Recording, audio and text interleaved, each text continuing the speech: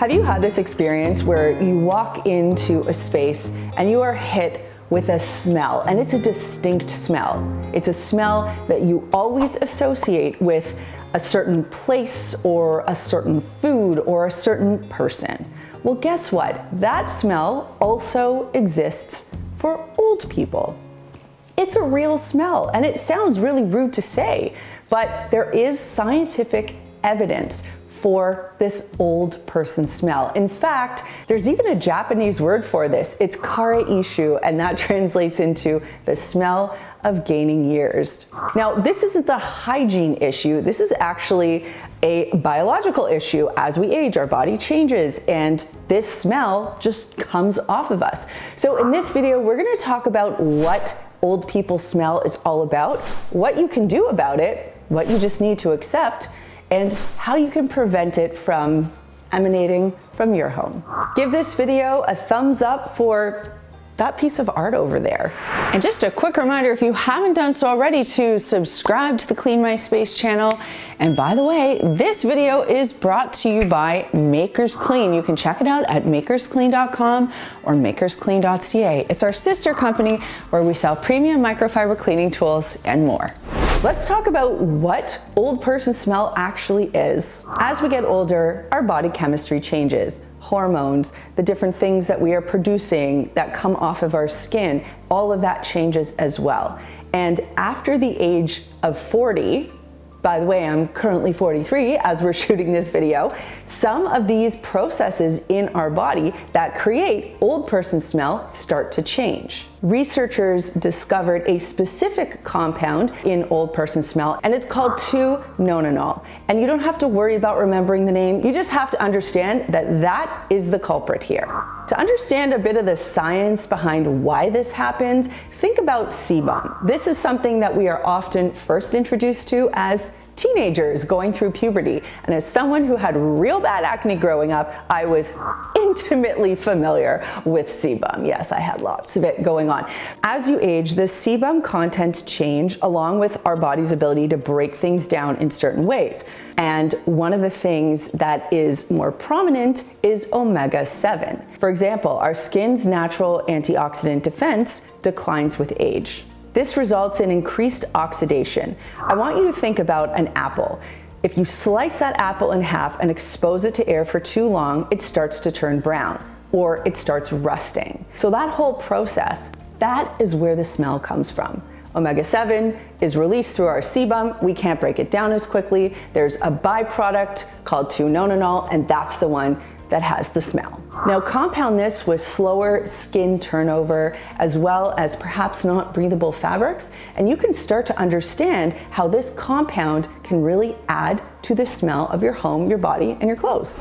So now that we know what happens, the question is, how do we deal with it? You can't exactly wash this off with just water. First up, let's talk about showering and bathing, because this is one of the areas that can really help contribute to a reduction in this smell. Now, I expect everyone has pretty regular and decent hygiene practices, but a few things that you really want to pay close attention to are areas with a lot of sweat or oil glands. So think about your back, your chest, your underarms, even the area behind your ears. Anywhere where you're regularly sweating or there's an increased amount of oil production is an area that you're going to want to focus on. Now, you can use a gentle cleanser, something even like an oil cleanser might be really nice, but make sure that you don't get swept up in the marketing of things like expensive soaps being sold to get rid of the smell of 2-nonanol. I think honestly that's just a marketing opportunity, and I don't think you need to spend that extra money. Another thing you can do is regularly exfoliate. You don't need anything fancy. You can do this with something as simple as sugar or salt and a little bit of olive oil. You can even use a wet washcloth to do it, but the idea is you want to slough off dead skin cells. Even a dry brush would be great for this. And what that does is it helps your skin turn over faster, so you're not clinging on to that 2-nonanol as much. When it comes to clothing, if you want to make sure that your clothes aren't picking up that smell and emanating it, the first thing to think about is the type of material that your clothing is made out of. More natural fibers are less likely to hold on to odors, whereas synthetics love to hold on to odors. So things like nylon or athleisure or polyester will become stinkier faster. And even when you launder them, they're less likely to want to release those smelly compounds. So the bottom line is stick to natural fabrics like cotton and linen if you want to be fresher smelling.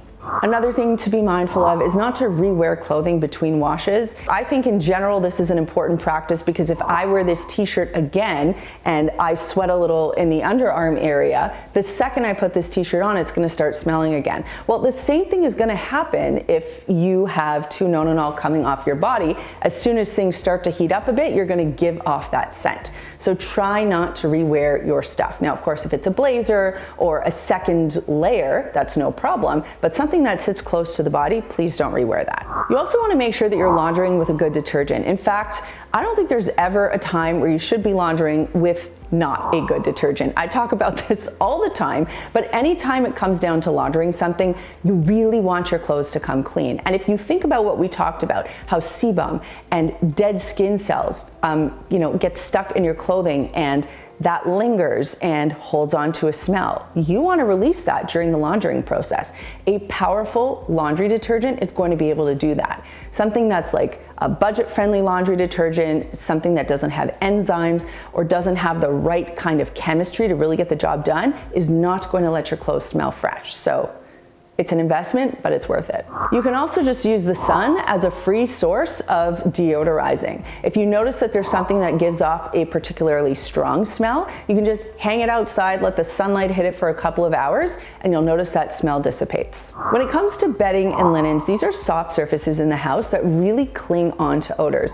Other things where you might notice this would be rugs or carpets, as well as drapes. So we won't cover those off because that's just regular maintenance like vacuuming and steam cleaning. But for your bed specifically, you want to make sure that you're washing your sheets on a very regular basis.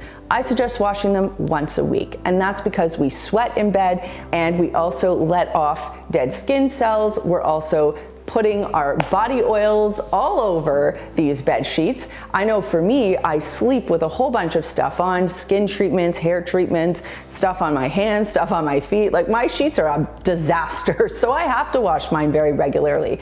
But it's important to do this because if you walk into a bedroom and you notice that it has a very stuffy smell, it's often from the bed itself. So make sure that you're laundering your sheets regularly to get rid of that smell. And you also want to check your mattress protector, your pillow protector, and even your pillows, because if those are smelly too, it might be time to launder or replace them.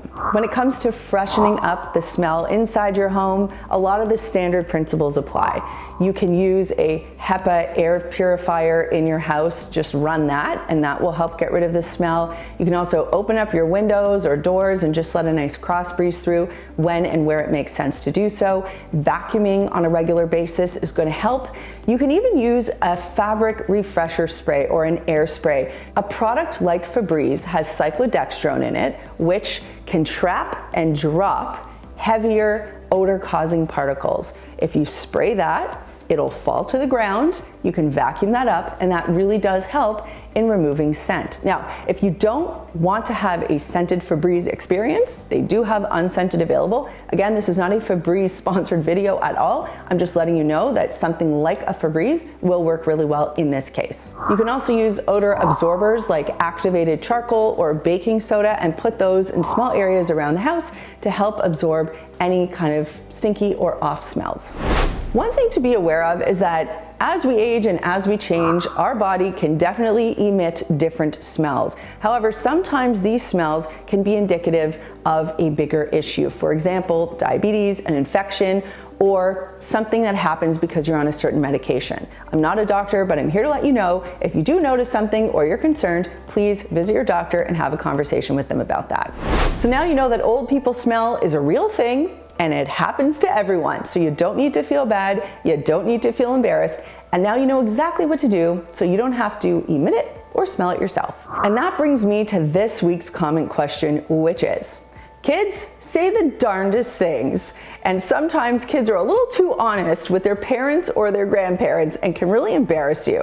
And I would love to know in the comments down below, what has a kid said to you that has been really ridiculous or embarrassing or funny? I will tell you a very funny story that just happened to me over the weekend. Can't believe I'm saying this on camera, but why not? Riley and I went to Target. We went to visit the US for the weekend, and we were going through the bra section, and I said, oh, I need a bra, but I'm not gonna buy one because you're with me. And she shouted out at the top of her lungs, Mommy, you have really big boobies. So I'm really glad that everyone in the Buffalo Target is now aware of that. So let me know your embarrassing story in the comments down below. Now, if you wanna know some of my expert laundry tips, some ways that you can get your clothes smelling and looking fresh and lasting for a really long time, check out this video right over here. And if you haven't done so already, make sure that you subscribe to the Clean My Space channel. Thanks so much for watching, and we'll see you next time.